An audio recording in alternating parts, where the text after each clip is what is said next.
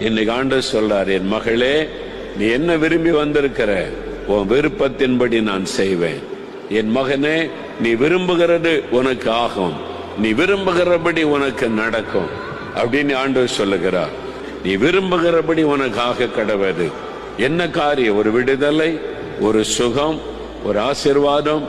இந்த பிரச்சனை மாறணும், கடன் பிரச்சனை நீங்கணும், பிள்ளைகளுக்கு வழி திறக்கப்படணும், இந்த வேதனை மாறணும், இந்த வியாதி நீங்கணும், பிசாச போராட்டம் மாறணும். என்ன என்ன விரும்பி வந்திருக்கிற?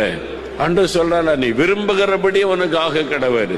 நீ என் பிள்ளை ஆயிட்ட, என் மகள் ஆயிட்ட, அதனால நீ விரும்புகிறதெல்லாம் உனக்கு நடக்கும். அப்படிதான் ஆண்டவர் உங்களுக்கு செய்வார். என்ன விரும்புறீங்களோ அதை நீங்க பெற்றுக்கொள்ளுவீங்க. அதுக்கு அவருடைய பிள்ளையா மாறணும், அவ்வளவுதான். அதுக்குதான் அவர் சிலுவையில தன்னை பலியாய் கொடுத்தார். நம்முடைய பாவங்களை அவர் ஏற்றுக்கொண்டார்.